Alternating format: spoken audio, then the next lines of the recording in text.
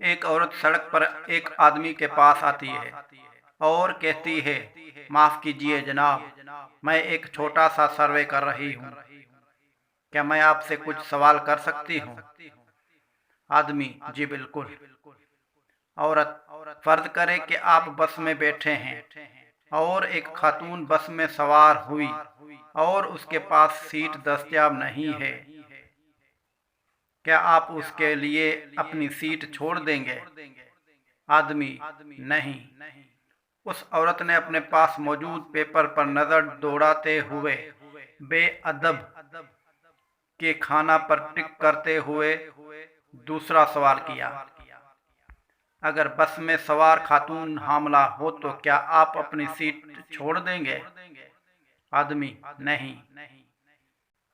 اب کی بار خود غرض پر ٹک کرتے ہوئے اگلا سوال کیا: اور اگر وہ خاتون جو بس میں سوار ہوئی وہ ایک بزرگ خاتون ہو تو کیا آپ اسے اپنی سیٹ دیں گے؟ آدمی: نہیں۔ عورت: غصے سے تم ایک نہایت خود غرض اور بے حس آدمی ہو جس کو خواتین کا بڑے اور ضعیف افراد کے آداب نہیں سکھائے گئے۔ یہ کہتے ہوئے عورت آگے چلی گئی۔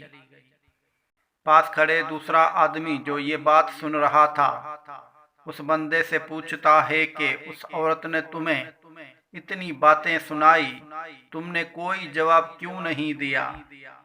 تو اس آدمی نے جواب دیا، یہ عورت اپنی چھوٹی سوچ اور آدھی معلومات کے بنا پر سروے کر کے لوگوں کا کردار طے کرتی پھر رہی ہے۔